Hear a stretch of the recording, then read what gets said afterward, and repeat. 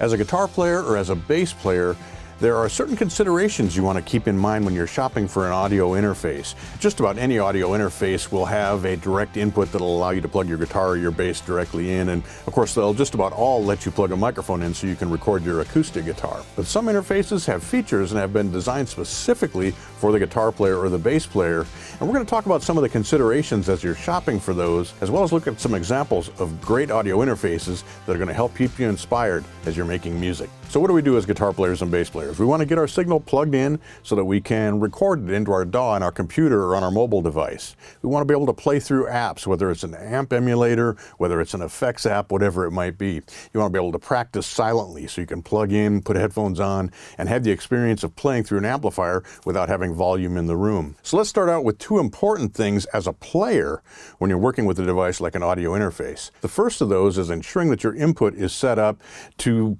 feel right. When you plug in, the impedance has to be correct so that it feels like, again, like you're playing through an amplifier. And oftentimes that means that you're going to have an FET or a FET input. That's a particular circuit design that really recreates the feel of plugging into an amplifier. The second consideration is very important. You've probably heard the word latency before.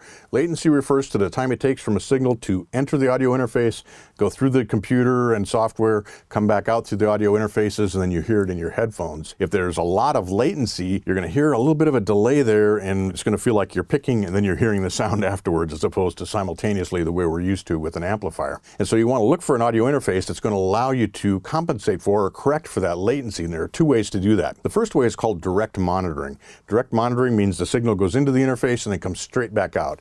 It comes back to your headphones before it goes through the computer or anything, and so there's no delay associated with that at all. However, that means that you're not going to hear the effects of any plugins, software, or app that might be running in your machine. So you need to have some other way to monitor with an amp sound if you want it. The second way to compensate for latency is with a powerful enough computer that you can run the buffer low enough that the delay is insignificant, that it's not going to impact what you hear or what you feel as a player. Now, most modern computers, modern mobile devices are plenty powerful enough to run the buffers very low. And in that case, you can run through plugins, you can run through apps, you can run through your software, come back out, and you still get a great feeling, great sounding experience. A useful feature for guitar players and bass players is what's called a reamp output. With a reamp output, you're recording your dry, unaffected guitar or bass signal to a track, and then you send it back out of the reamp output into an amplifier, and you mic that amplifier up to get the true amplifier sound. Not essential, but for the way that some people like to work, it's a great thing to have on board, and some audio interfaces do support that. Another thing to think about is how many inputs you need. Now, if you're an electric guitar player and all you're ever going to do is practice through your audio interface, you're going to record tracks with your electric guitar, you may just need one input. You plug your guitar in and you're good to go, or when you're not plugging your guitar in, maybe you plug a microphone in so you can do vocals or mic up an acoustic guitar. So one input for many guitar players is plenty. Two inputs allows you to work in stereo, allows you to have two things plugged in simultaneously, just gives you more options. If you're going to be trying to record more than one musician, more than yourself, more than a second musician, say a drummer or something like that, you're going to need a lot more inputs. And so you want to choose your audio interface accordingly. But for most guitar and bass applications, one or two inputs is going to be plenty. Another consideration is form factor, and we're going to talk more about this in just a second. But you can see we have super compact audio interfaces. These are great to throw in a gig bag. They can always be with you whenever inspiration strikes. A desktop audio interface lets you build your studio around it, so it can just stay plugged in. Your monitors can be connected, microphones can be connected, you can be ready to just plug your guitar in and start making music. With a floorboard-based effects device that can also serve as an audio interface, you have sort of the best of all the worlds, because obviously you can take that to gigs and use it as your effects processor or as an amp emulator, but you can also use it in your studio to record tracks. You can take it to rehearsals, and if you're on the go, you can use it that way as well. So those are just a few things to think about as you're choosing an audio interface. I've got a selection of them here that are very cool that I wanted to point out to you. We'll begin with the Polar Go, and that's what you heard me playing through in the intro to this video. This is recently released by Blackstar Amplification, who make Blackstar amps, of course, and it's a super cool little device. I love the compact form factor. It can be used with a computer, can be used with mobile devices. It's got both a microphone and a guitar input, and there also are two microphones right here on the front panel, so you don't even have to plug in to use it. You could play your acoustic guitar or sing or whatever. It's also set up so you could plug in a headset microphone with earphones on it, so if you're doing podcasting and that sort of thing.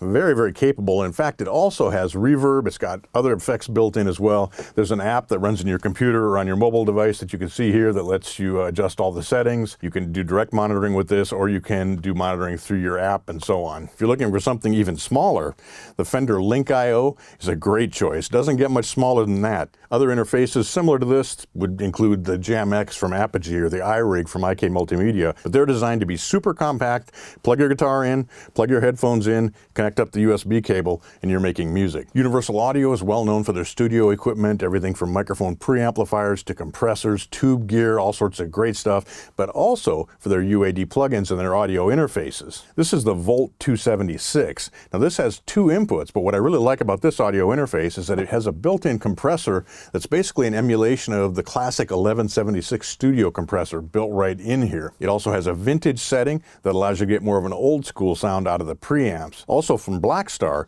we have the Polar 2. I guess you could think of it as the big brother of the Polar Go. Now this gives us more features in a larger, more desktop format. We've got two inputs, and either of those can be mic, line, or instrument level. We've got an enhance switch. Now that works on both instrument level signals as well as microphone signals. Just makes the signal sound better and respond better for you. We've got direct monitoring, headphone control here. We've got 48-volt phantom power. It's a true studio audio interface in a very compact form factor. You remember I mentioned that reamp output. That's one of the features of the PreSonus Quantum HD2. It's a two-input audio interface. It does have that reamp output, so you can feed into an amplifier and re-record your signal. Very high-quality conversion on this. You're going to get great sound quality out of it. Also includes a suite of great software as well, including Studio One from PreSonus. Finally, think about using your effects floorboard as an audio interface, because many of them do have that function. The Quad Cortex is one that I use, works great. You connect up your studio monitors, plug into it, and you get all the great things that are in the floorboard, but you also get true audio interface capability. Others that do this include the Headrush, the Helix as well, the ToneMaster Pro from Fender. So many of them do, with that USB connection, offer audio interface capabilities as well, and that makes them so versatile. Now, of course, any of these audio interfaces will also work with bass guitar equally well, but one you should definitely check out if you're a bass player is the Darkglass Anagram. Not only does that give you all the great sounds that Darkglass is so well known for, it also serves as a great audio interface for bass players. And we're just getting started. There are so many great audio interfaces available today. The Focusrite Scarlett, the Zoom AMS-22, the Audient ID4, I could go on and on. All of them great audio interfaces. These that I have here today are some of my favorites, but there are a lot of great choices out there, so you should head over to sweetwater.com to learn more about all the audio interfaces that are available from us, or better yet, contact your Sweetwater sales engineer. Tell them what you're doing, what you want to do with your guitar and your bass, what your music's about, and they'll be happy to recommend the ideal audio interface for your needs.